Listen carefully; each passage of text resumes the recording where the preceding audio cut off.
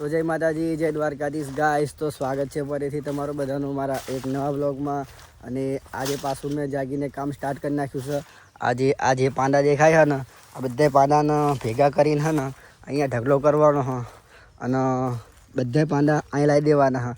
હવે આ બધા પાંદાનું શું કરવાનું હોય એ તમારે જોવું હોય તો આખો વ્લોગથી જ લગીને જોયા રાખજો. જો અત્યારે તો આટલા પાંદા ઢગલો મેં કરી નાખ્યો હોય. અને હવે પેલી બાજુના બધા પાંદા દહડી લાવવાના. અને આ બાજુના પાંદા બધા દંતાળીની મદદથી દહડી લાવવાના હા.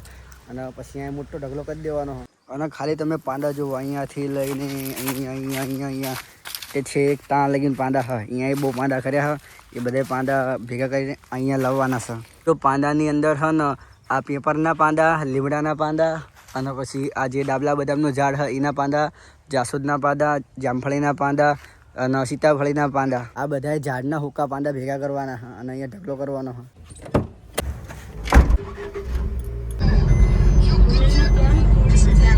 તો ગાઈસ, અત્યારે હું ગામમાંથી આવી ગયો છું ઘરે પાછો, કારણ કે અત્યારે અમારું જમવાનું બધું ભેગું હોય છે. બધા ગામમાં જમતા હોય એક આ સાથે, એટલા માટે ગામમાં ગયો હતો. અને હવે તમને કહું કે આજે પાંદાનો ઢગલો શા માટે કર્યો હતો. તો આ પાંદાના ઢગલામાંથી અમે બનાવવાના છીએ ઓર્ગેનિક ખાતર. પહેલાં આ પાંદાનો ઢગલો તપવા દઈશું, પછી ઉપર છાણિયું ખાતર અને છાણ નાખશું, પછી એની અંદર છે ને જીવામૃત નાખશું. એટલે છે ને આ જે પાંદાનો ઢગલો હોય ને એ બધા પાંદા કોવાઈ જશે. અને પછી આ પાંદાનું જે ખાતર બનશે ને એ ખાતરને અમે 3 થી 4 મહિના રાખશું, કારણ કે જ્યારે ચોમાસું આવશે ને ત્યારે આ ગુલાબની વાડીની અંદર નાખશું. હજુ બીજી 2 નવી ગુલાબની વાડી રોપવાની છે. અત્યારે તો 2 હાલમાં હ. જો આ પાંદાનો ઢગલો થઈ ગયો હોય, બીજી બાજુ ત્યાં પાંદા પડ્યા છે ને એ કાલ કે પરમ દિવસ હું પાછા અહીંયા લાવી દઈશ. અને હવે આને છે ને જે અંદર છે ને જો આ પ્લાસ્ટિકના કાગળિયા દેખાય છે નાના, જો આ બધા વ્યાણી લેવાના હા. કારણ કે જો પ્લાસ્ટિક બહુ નુકસાન કરે. અને આ ઓર્ગેનિક ખાતરનો પાવર કેટલો તમને બતાવું, જો ઓલી આ વાડીમાં જ બતાવું. એને શું થાય, એનેથી શું થાય ખબર છે, જે પહેલાં દાડા હૂકી જતા હતા ને એ દાડા હુકાતા બંધ થઈ ગયા હા.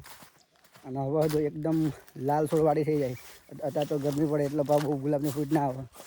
જો આ અમારી ગુલાબની વાડી છે, આ 2 થી 3 વર્ષ જૂની હા. પણ જો આની અંદર બહુ હુકા દાડા કોઈ દેખાશે જ નહીં તમને. નકર શું થતું હતું ખબર, 1-2 વર્ષમાં જ તે નકરા ઝેડા થઈ જાય. અને ગુલાબ જાણવામાં બહુ વાગે. અત્યારે એની શાંતિ છે, એટલા માટે અમે એ ઓર્ગેનિક ખાતર બનાવી. ઓર્ગેનિક ખાતર બનાવવા ઉકોડો જે લેવાના છે એ ઉકોડો તમને બતાવું અત્યારે હું. તો ગાઈસ, અત્યારે આવી ગયો છું હું ચીકોડીના છાંયે. અને હા ને જો અમે જે પહેલાં ઓલું ખાતર લેતા હતા ને, જે ઓર્ગેનિક ખાતર બનાવવા માટે, એ ખાતર જો તાહીને લીધા હતા. અહીંયા ઉકોડો હતો પહેલો, અહીંયા લીંબુડી હતી પણ કાપી નાખી. અને અત્યારે અહીં ઉકોડો હોય, આ ઉકોડો બરાબર કોવાયો નથી. એટલે આ જે કોવાયેલો ઉકોડો હોય ને અહીંયાથી બધું ખાતર ઉઠાવી લેવાનું હોય અને એની ઉપર નાખી દેવાનું હોય. પછી એની ઉપર હોય ને જીવામૃત બનાવવાનું અને પછી એને ઢાંકી દેવાનું નાખીને. એટલે પછી ઓટોમેટિક કોવાશે. પ્રોસેસ બહુ લાંબી હશે પણ મજા આવશે. લાગશે વાર, આવશે મજા. જોયા રાખજો તમે ખાલી. ચીકુ મળ્યું, આ બાજુ ચીકુ પડ્યા. આ તો હળી જેલું આ ધોઈ નાખવા દે.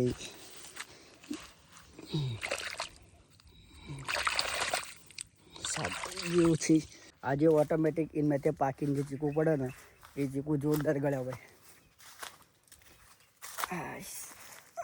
અને ગાઈસ, આ ચીકુ ખાવાની બહુ મજા આવે.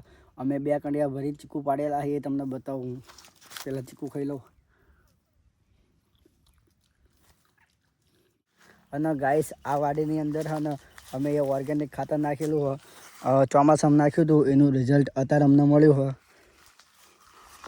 તમે ખાલી જુઓ કેટલી બધી કળવી આવી ગુલાબની. અને આ અમે જે ખાતર નાખીશું ને ચોમાસામાં, એ હવે ડાયરેક્ટ શિયાળામાં રિઝલ્ટ આવશે. બટ નાખવાનું જરૂર છે. જો આ ટોટીને એવું બધું પડ્યું હોય ને એ અમે જીવામૃત બનાવવા માટે રાખ્યું હતું. કે એનાથી અહીંયા પીપળું મૂકી દેતા હતા, એટલે પીપળા થઈને ને પાણી સાથે એને જીવામૃત ખેતરમાં જવા દેતા હતા. બટ હવે ઉનાળો આવી ગયો એટલે ગરમ પડે એટલે હવે નહીં એ બનાવતા. હવે ડાયરેક્ટ પેલું પાંદડાવાળું ઓર્ગેનિક ખાતર બનાવશું એ ચોમાસામાં નાખવા માટે. જો આ બાજુ કુંવરપાઠા જેની હુએન ગુલે ઉગાડ્યા હતા. પહેલાં નાના છોડ હતા, હવે જો ધીરે ધીરે એમાં ગ્રોથ થવા માંડી છે. અને હવે ચીકુની સિઝન ચાલુ થઈ જશે, પણ અમે ચીકુ અગાઉ પાડી લીધા કારણ કે વાંદરા બધા બહુ બગાડે છે એટલા માટે. અને ગાઈસ, જ્યારે અમે ગામમાં જતા ને ત્યારે જો આ ઇકોનો જે પાછળનો દરવાજો હોય ને એ ખુલ્લો રહી ગયો. એટલા વખાતો જ નહીં જો. અહીંયાથી ઉપર જામ થઈ ગયો.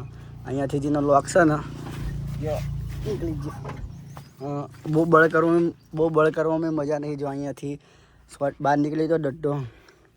હવે રાતે હમો કરીશ. બાકી દરવાજો ખુલ્લો રહેજો, વખાતો જ નહીં. હવે તડકો બહુ હોય એટલે ઘણી વાર આરામ કરવી, પછી પાછા જાસૂદને ગુલાબ કરવા જવાનું. પાછું આટલું ડેલી પ્રોસેસ અમારું કામ કરવું પડે.